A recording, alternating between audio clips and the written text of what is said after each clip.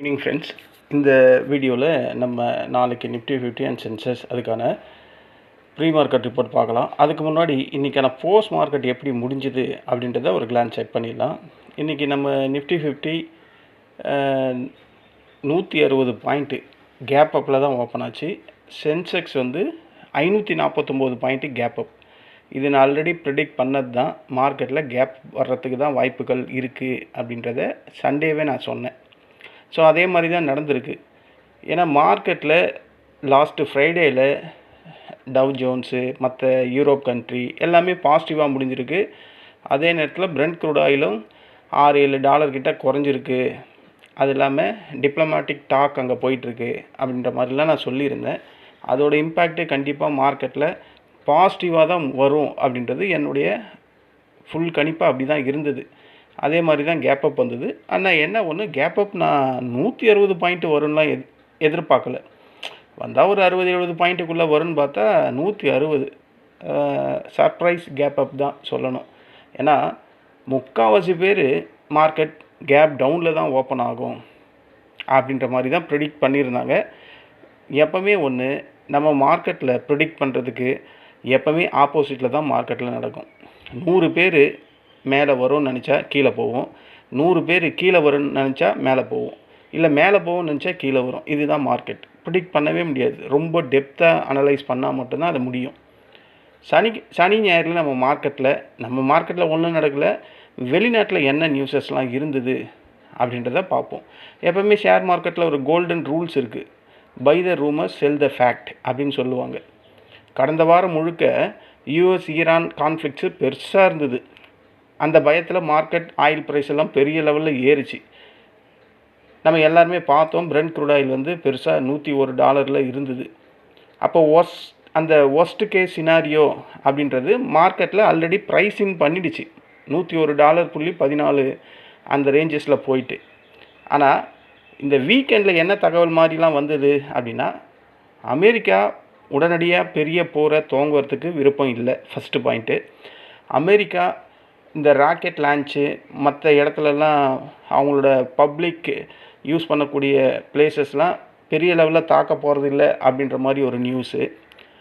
அப்புறம் இந்த straight of Hormuz இதை வந்து முழுமையாக மூட முடியாது அப்படின்ற மாதிரி ஒரு நியூஸு. அப்புறம் இந்த ஆயில் சப்ளையில் டிஸ்ட்ரப்ஷன் அப்படின்ற மாதிரி பெரிய லெவலில் எதுவும் நடக்கலை அப்படின்ற மாதிரி நியூஸு. இந்த 4 நியூஸு தான். அங்கே வந்து அந்த பீ ஸ்டாக்கும் போயிட்டுருக்கு. இது நடந்த விஷயத்தால் தான் பெரிய லெவலில் மார்க்கெட்டில் நம்ம லாஸ்ட்டு சண்டே பார்க்கும்போது $96 என்னமோ இருந்தது. அப்படியே மார்க்கெட் காலையில் ஓப்பன் ஆகும்போது $84.65. இங்கே பாருங்கள், காலையில் நம்ம மார்க்கெட் ஓப்பன் ஆகும்போது $84.65, அதுலேருந்து 88.60 வரையும் போச்சு மார்க்கெட்டு. அது நம்ம கண்ணதிலே தான் இந்த டேட்டா ரேஞ்சஸ் இருக்குது. இப்போது 86, 81 ட்ரேட் ஆகுது.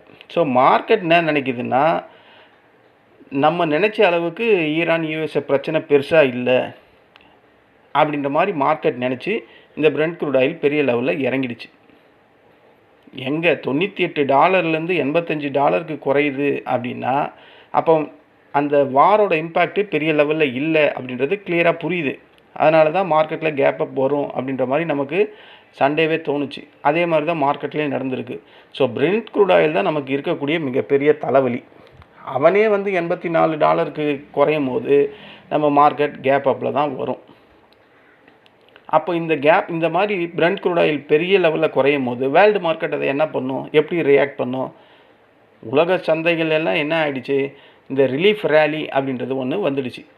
உலக மார்க்கெட்லாம் பாருங்கள், இப்போ ட்ரேட் ஆகுறதுல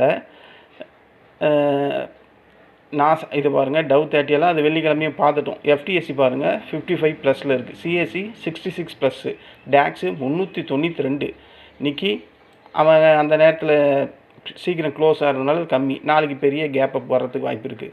ஹாங்செங்கு 243, ஷாங்காய் 44, நம்ம NSE Nifty 228, BSE Sensex 776, STI 31, Kospi 65. So எல்லாமே ஏறி தான் முடிஞ்சிருக்கு. யூஎஸ்டி ஐஎன்ஆர் கொஞ்சம் அப்ரிசியேஷன் ஆகிருக்கு. ஏன்னா $96.273 இருந்தது. இப்போ $95.910 அந்த டாலர் இதுவில் ட்ரேட் ஆகிட்டுருக்கு. ஸோ என்னென்ன மாதிரி பாசிட்டிவ் நியூஸ் எல்லாம் வந்திருக்கு பாருங்கள். இந்த பிரெண்ட் க்ரூட் ஆயில் குறைஞ்சதுக்கப்புறம் நம்ம ரூபாயே அப்ரிசியேஷன் ஆகிருக்கு. அப்போ எஃப்ஐஎஸ் இன்றைக்கி என்ன பண்ணியிருப்பாங்க அப்படின்ற மாதிரி ஒரு கேள்வி இருந்தாலும் எஃப்ஐஎஸ் செல்லிங்கில் இருப்பாங்க அப்படின்றது என்னுடைய ஒரு விருப்பம். ஆனால் செல்லிங்கில் இருப்பாங்களா இல்லை பையிங்கில் இருப்பாங்களான்னு தெரியல. பட் எஃப்ஐஎஸ் செல்லிங்கில் இருந்தாலும் பையிங்கில் இருந்தாலும் க்ரூட் ஆயில் விலை, பிரெண்ட் க்ரூட் ஆயில் விலை இவ்வளோ குறையும் போது மார்க்கெட் வந்து அந்த நல்ல நியூஸஸை மட்டும்தான் பார்த்து மேலே போகும். அதுதான் நடந்திருக்கு. இதனால் வேர்ல்டு மார்க்கெட்டில் அந்த ரிலீஃப் ரேலி, நம்ம மார்க்கெட்லேயும் அது ரிலீஃப் ரேலி. காரணம் இதுதான். ஆயில் குறைஞ்சா இன்ஃப்ளேஷன் குறையும், அந்த இன்ட்ரெஸ்ட் ரேட்டு கட்டு குறைய வாய்ப்பு இருக்குது, கார்ப்பரேட் மார்ஜின் இம்ப்ரூவ் ஆகும், குளோபல் க்ரோத்து எக்ஸ்பெக்டேஷன் இன்க்ரீஸ் ஆகும். அதனால் Asian market green, Europe futures green, US futures இப்போ நடக்கிற ஃபியூச்சர்ஸ் பாசிட்டிவாக இருக்குது. வேர்ல்டு மார்க்கெட் எல்லாமே அந்த ரிஸ்க் ஆஃப் மோட்லேருந்து வெளியே வந்துடுச்சு. ஸோ மார்க்கெட் வந்து சகஜமாக நிலவிக்கு வந்திருக்கு அப்படின்ற மாதிரி தான் நம்ம இங்கே புரிஞ்சுக்கணும். அப்போ நாளைக்கு மார்க்கெட்டில் எப்படி இருக்கும், நாளைக்கு வேறு மந்த்லி எக்ஸ்பைரி இருக்குது நிஃப்டி 50க்கு. அப்போது என்ன மாதிரி ஓப்பன் ஆகும், என்ன மாதிரி சப்போர்ட்டு, என்ன மாதிரி ரெசிஸ்டண்ட் இருக்கும். இப்போ ஆயில் ப்ரைஸ் வந்து கீழே ஃபால் ஆகிக்கிட்டே இருக்குது. ருப்பி வந்து கொஞ்சம் அப்ரிசியேஷன் ஆகிருக்கு. எஃப்ஐயோட சென்டிமெண்ட் இம்ப்ரூவ்மெண்ட்டு, செல்லிங்லேருந்து பையிங் வந்துட்டாங்களா அப்படின்ற மாதிரி இன்றைக்கி ரிப்போர்ட்டை பார்க்கணும். இதெல்லாம் பார்த்துட்டா நாளைக்கு நம்ம மார்க்கெட் எப்படி இருக்கும், என்ன இருக்கும் அப்படின்ற மாதிரி ப்ரிடிக்ட் பண்ணலாம். இன்றைக்கி மார்க்கெட்டுக்கு பெரிய லெவலில் சப்போர்ட் பண்ணது எதிரான பேங்கிங் செக்டர். ஆனால் என்னை பொறுத்தவரையும் பேங்கிங் செக்டர் வந்து நிஃப்டி 50யை கம்பேர் பண்ணால் பேங்கிங் செக்டர் பெரிய லெவலில் ஏறலை அப்படின்னு தான் சொல்லுவேன். ஏன்னா நிஃப்டி 50யே 228 பாயிண்ட்டு பாசிட்டிவில் முடிஞ்சிருக்கான். ஆனால் பேங்க் நிஃப்டி பாருங்கள் வெறும் 393. இவன் அட்லீஸ்ட் ஒரு 800-700 இருந்திருக்கணும். ஏன்னா ஹெச்டிஎஃப்சி அங்கே மைனஸில் முடிஞ்சிருக்கு. ஆக்சிஸ் பேங்க்கு பெரிய லெவலில் இம்ப்ரூவ்மெண்ட் இல்லை. அதே மாதிரி அந்த ஐசிசி பேங்க்கு பெரிய லெவலில் இம்ப்ரூவ்மெண்ட் இல்லை, பாசிட்டிவில் தான் முடிஞ்சிருக்கானுங்க. ஆனால் ஹெச்டிஎஃப்சி மைனஸில் முடிஞ்சிருக்கு. ஸோ நிஃப்டி 50யை கம்பேர் பண்ணால் பேங்க் நிஃப்டி பெரிய லெவலில் மொமெண்டம் வரலை அப்படின்றது கிளியராக தெரியுது. சென்செக்ஸ் பாருங்கள், அவன் 776 பாயிண்ட்டு. மற்ற எல்லா இண்டெக்ஸஸுமே இன்றைக்கி க்ரீனில் தான் முடிஞ்சிருக்கு. மிகப்பெரிய ஒரு நல்ல நியூஸ் என்ன இருக்குது அப்படின்னு பார்த்தா, இந்தியா விக்ஸு 10% கீழே ரெடியூஸ் ஆகிருக்கு, குறைஞ்சிருக்கு. இப்போது 12.66. நம்ம இன்றைக்கி காலையில் பார்க்கும்போது 14.16 இருந்தது. ஸோ ஒரு 9.76% குறைஞ்சிருக்கு. ஸோ இதுதான் மார்க்கெட்டில் இன்றைக்கி நடந்திருக்கு. இன்றைக்கி பேங்கிங் செக்டர் ஹெல்ப் பண்ணியிருக்கு அப்படின்னு சொல்லலாம், ஹெச்டிஎஃப்சியை தவிர. ICC bank, axis bank, Kotak bank இதெல்லாம் நல்லா தான் சப்போர்ட் இருந்தது. ஆனால் பெரிய லெவலில் இல்லை. ஆட்டோவும் இன்றைக்கி மார்க்கெட்டுக்கு சப்போர்ட் தான் பண்ணியிருக்கு. பெயிண்ட் செக்டர் அதுவும் சப்போர்ட் பண்ணியிருக்கு. ஏவியேஷன் அதுவும் சப்போர்ட் தான் பண்ணியிருக்கு. மார்க்கெட்டை கீழே இழுத்தது எதிரான ஐடி செக்டர் அங்கங்கே ப்ராஃபிட் புக்கிங், அங்கே ஒன்று பாசிட்டிவில் இருக்குது, ஒன்று நெகட்டிவில் இருக்குது. ஸோ அந்த மாதிரி இருக்குது. மெட்டல் செக்டரில் ப்ராஃபிட் புக்கிங் நடந்திருக்கு. எனர்ஜி ஸ்டாக்ஸில் வீக்னஸ் கிளியராக தெரிஞ்சுது. ஏன்னா ஆயில் ப்ரொடியூசருக்கு இந்த மாதிரி ஆயில் திடீர்னு பெரிய லெவலில் கீழே விழுந்தால் அது அவங்களுக்கு பெரிய லெவலில் பாசிட்டிவான நியூஸாக இருக்காது. அதனால் மார்க்கெட்டில் சில ஸ்டாக்ஸ் இறங்கி தான் இருக்குது. டெக்னிக்கலாக பார்த்தா புல் மார்க்கெட் தொடருமா அப்படின்ற கேள்வி கேட்டிங்கன்னா, புல் மார்க்கெட் 24,000க்கு மேலே க்ளோஸ் ஆகணும். ஆனால் அவன் இன்றைக்கி 23,995 தான் முடிஞ்சிருக்கு. ஸோ அது ஒரு ட்ராபேக்காக இருக்குது. பட் பிரெண்ட் க்ரூட் ஆயிலை பார்க்கும்போது அது சூப்பராக இருக்குது. ஸோ அப்போ அந்த வெறும் 5 பாயிண்ட்டுகளாக மார்க்கெட் வந்து சைக்காலஜி 24,000 உடைக்காது அப்படின்லாம் சொல்ல முடியாது. அசால்ட்டாக உடைப்பான். ஸோ அதை நம்ம ஃபர்தராக பேசும்போது நாளைக்கு ப்ரீ மார்க்கெட்டை பார்ப்போம். இன்றைக்கி போஸ்ட் மார்க்கெட் இது தான். இப்போ நான் இவ்வளோ நேரம் சொன்னேன் இந்த இன்ஃபர்மேஷன் தான். மார்க்கெட்டில் ஒரு gap up, 160 point gap up வந்து நல்லா கீழே வந்துட்டு மார்க்கெட் சடார்னு மேலே ஏறி போயிட்டான். எது வரையும் போயிருக்கான்னா 24,000 வரையும் போனான். நான் 24,000 உடைக்க முடியாதுன்னு நேற்றே சொல்லியிருந்தேன். அது வரையும் போயிட்டு அங்கேருந்து இறங்க தான் செஞ்சுருக்கு. இந்த போஸ்ட் மார்க்கெட் ரிப்போர்ட்டில் நான் 3 ட்ரேட் பண்ணேன். என் ஃப்ரெண்ட்ஸ் குரூப்லேயே 3 ட்ரேட் தான் கொடுத்தேன். நான் 3 ட்ரேடில் 3,100 ரூபா ப்ராஃபிட் பண்ணேன். அதாவது ஃபஸ்ட்டு ட்ரேடே என்ன பண்ணேன்னா, இந்த 23,900க்கு கீழே மார்க்கெட் வரும்போதெல்லாம் நான் பை சைடில் இருந்தேன். 24,000 கிட்ட போகும்போது செல் சைடில், அதாவது புட் சைடில் இருந்தேன். ஸோ எனக்கு தேவையான அந்த பாயிண்ட்டை நான் ஈஸியாக பிடிச்சிட்டேன். இன்றைக்கி எனக்கு கஷ்டமாகவே இல்லை 3,500 ரூபா ப்ராஃபிட் பண்ணது.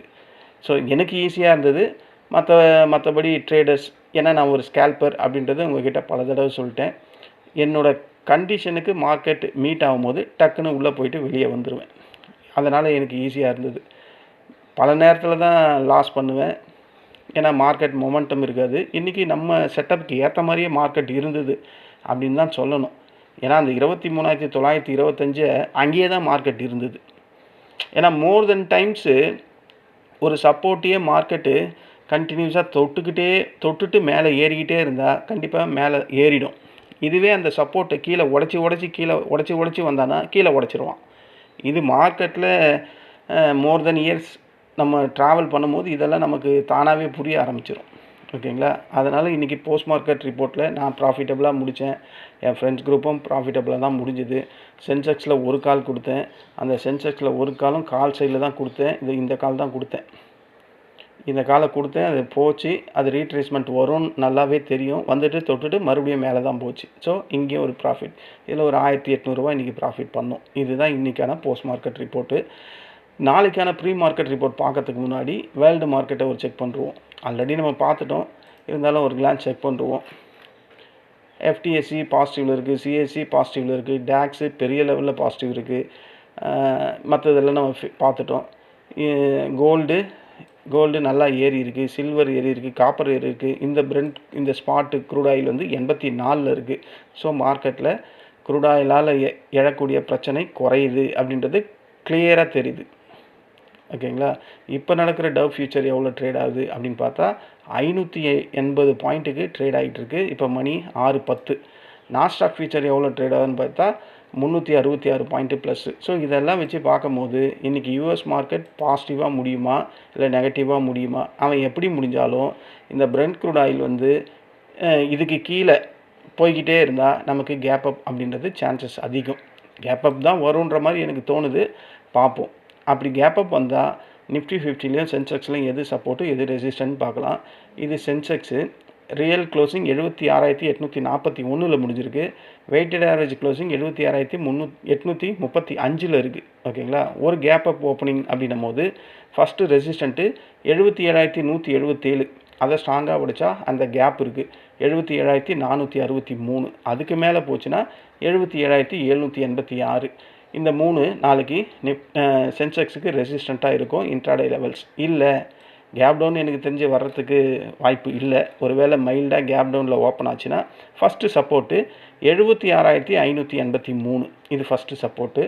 அதை உடைச்சா இன்றைக்கான அந்த கேப்பு 76,326.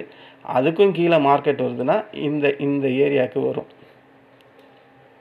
அதாவது இந்த கேப் இருக்குல்ல, இன்றைக்கி வந்த கேப் இன்றைக்கிலேருந்து தானே மேலே போச்சு. இந்த கேப் வந்து 76,136. ஸோ மார்க்கெட் இந்த செகண்ட் சப்போர்ட்டு தப்பாக இருக்குது. 76,380 தான் கரெக்டான சப்போர்ட்டு. அதுக்கப்புறம் தேர்ட் சப்போர்ட்டு 76,136. அதுக்கும் கீழே மார்க்கெட் வருதுன்னா 75,822. இந்த 4 லெவல் சப்போர்ட்டாக நாளைக்கு இன்ட்ராடே லெவல்ஸாக சென்செக்ஸில் ஆக்ட் ஆகிறதுக்கான வாய்ப்புகள் அதிகம். நிஃப்டி 50 வருவோம். நிஃப்டி 50 வந்தால் நாளைக்கு இது மந்த்லி எக்ஸ்பைரி. ஸோ வெலாட்டிலிட்டி கண்டிப்பாக இருக்கும். வெலாட்டிலிட்டி கண்டிப்பாக இருந்தாலும் விக்ஸில் பயம் இல்லை. ஓகேங்களா? இந்தியா விக்ஸ் வந்து 12.66 நார்மலில் தான் இருக்குது. பெரிய லெவலில் மொமெண்டம் இருக்காதோ அப்படின்ற மாதிரி எனக்கு தோணுது நாளைக்கு மார்க்கெட்டில். சரி பார்ப்போம். ஒரு கேப் அப் ஓப்பனிங் வந்தால் இன்றைக்கி real closing 24,003 real closing. Weighted average closing 23,995. ஒரு கேப் அப் வந்தால் ஃபஸ்ட்டு ரெசிஸ்டண்ட்டு 24,050. இது ஸ்ட்ராங்கான ரெசிஸ்டண்ட் இல்லை. 24,100 106 இது ஸ்ட்ராங்கான ரெசிஸ்டண்ட்டு. அதுக்கப்புறம் இருக்கிறது 24,153.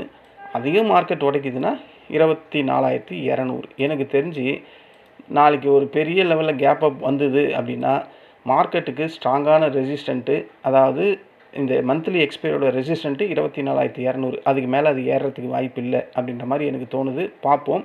ஆனால் ஒரு வேளை கேப் டவுன் வந்துடுச்சுன்னா 24,000 ஸ்ட்ராங்கான ரெசிஸ்டண்ட்டாக மாறிடும் இன்ட்ராடே டைமில் போக போக. ஓகேங்களா? இல்லை ஒரு கேப் டவுன் ஓப்பனிங் கிடைக்குது அப்படின்னா ஃபஸ்ட்டு சப்போர்ட் வந்து 23,925. அதையும் உடைக்குது அப்படின்னா 23,870. அதுக்கும் கீழே வருது மார்க்கெட்னா இன்றைக்கி இந்த கேப் இவ்வளோ பெரிய கேப் விட்டு போச்சு இல்லை, அந்த கேப்பை வந்து ஃபில் பண்ணுறதுக்கு வாய்ப்புகள் இருக்குது. அது எங்கே இருக்குன்னா 23,290 இருக்குது, 293 இருக்குது. இந்த மூணுமே நாளைக்கு சப்போர்ட்டாக இருக்க வாய்ப்புகள் அதிகம் நிஃப்டி 50ல். இங்கே ஒரு டிஸ்க்ளைமர், இங்கே நான் கோடிட்டு காட்டியிருக்கேன் இந்த ரெட்டு, இந்த ப்ளூ, இந்த க்ரீன்லாம் ட்ரேடிங் ரெக்கமெண்டேஷன் லைன்ஸ்லாம் கிடையாது. இதை நம்பி எந்த ட்ரேடும் பண்ணாதீங்க, ஓகேங்களா? உங்களோட ஸ்ட்ராட்டஜி என்ன, உங்கள் செட்டப் என்ன, நீங்கள் முதல்ல இன்ட்ராடேயில் நீங்கள் யார், ட்ரேடரா, ட்ரேடரானா ஸ்கேல்பர் ட்ரேடரா, ஸ்விங் ட்ரேடரா, இல்லை வெயிட் பண்ணி ஹோல்டு பண்ணி 2 நாள் 3 நாள் வெயிட் பண்ணி ட்ராவல் பண்ணக்கூடிய ட்ரேடரா அப்படின்றத நீங்கள் புரிஞ்சுக்கிட்டு மார்க்கெட் கண்டிஷனையும் தெரிஞ்சுக்கிட்டு அதுக்கேற்ற மாதிரி கரெக்டான டைமில் ட்ரேட் பண்ணால் ப்ராஃபிட் அப்படின்றது ஈஸியாக அச்சீவ் பண்ணுறதுக்கான வாய்ப்பு இருக்குது. நான் எப்போவுமே ஐடிஎம்மில் மட்டும் தான் ட்ரேட் பண்ணுவேன், பல வாட்டி சொல்கிறேன். அதில் வந்து நான் மாறவே மாட்டேன். நாளைக்கு எக்ஸ்பைரின்னும் போது ஏடிஎம்மில் ட்ரை பண்ணுவேன் கடைசி நேரத்தில். மற்றபடி தவிர மற்ற 4 நாளுமே ஐடிஎம்மில் மட்டும்தான் ட்ரேட் பண்ணுவேன், ஓகேங்களா? இதுதான் நான் அடிக்கடிக்கு சொல்லக்கூடிய ஒரே ஒரு ஸ்ட்ரைக் ப்ரைஸ். ஐடிஎம் தான் ஆப்ஷன் பையருக்கு ப்ராஃபிட் தரக்கூடியது அப்படின்றதில் 100% நான் உறுதியாக இருக்கிறேன், ஓகேங்களா? இதுதான் ஃப்ரெண்ட்ஸ் இன்றைக்கான போஸ்ட் மார்க்கெட்டும் நாளைக்கான ப்ரீ மார்க்கெட்டும். நீங்கள் யாராவது இன்றைக்கி ப்ராஃபிட் பண்ணியிருந்தால் யூடியூப்பில் கமெண்டில் சொல்லுங்கள், நானும் தெரிஞ்சுக்கிறேன். இன்றைக்கி கண்டிப்பாக ஈஸியாக தானே இருந்தது ப்ராஃபிட் பண்ணுறதுக்கு. சில பேருக்கு டஃப்பாக இருந்திருக்கலாம், ஆனால் என்னை பொறுத்தவரையும் ஈஸியாக இருந்தது. ஏன்னா நான் ஸ்கேல்பிங் டைப்பில் ட்ரேட் பண்ணுறதுனால எனக்கு ஒரு வேளை ஈஸியாக இருந்திருக்குமோ அப்படின்னு தோணுது. ஆனால் நானும் கஷ்டப்பட்ட டைம் எல்லாம் இருக்குது போன வாரத்தில். இன்றைக்கி கம்பேர் பண்ணால் ரொம்ப ஈஸியாக இருந்தது அப்படின்னு சொல்கிறேன். இதுதான் ஃப்ரெண்ட்ஸ். நம்ம இந்த வீடியோ உங்களுக்கு பிடிச்சிருந்தா என்னுடைய சேனலை சப்ஸ்கிரைப் பண்ணுங்கள். நம்ம நாளைக்கு இன்ட்ராடே டைமில் மந்த்லி எக்ஸ்பைரியில் நிஃப்டி 50ல் மீண்டும் சந்திக்கலாம். நன்றி, வணக்கம்.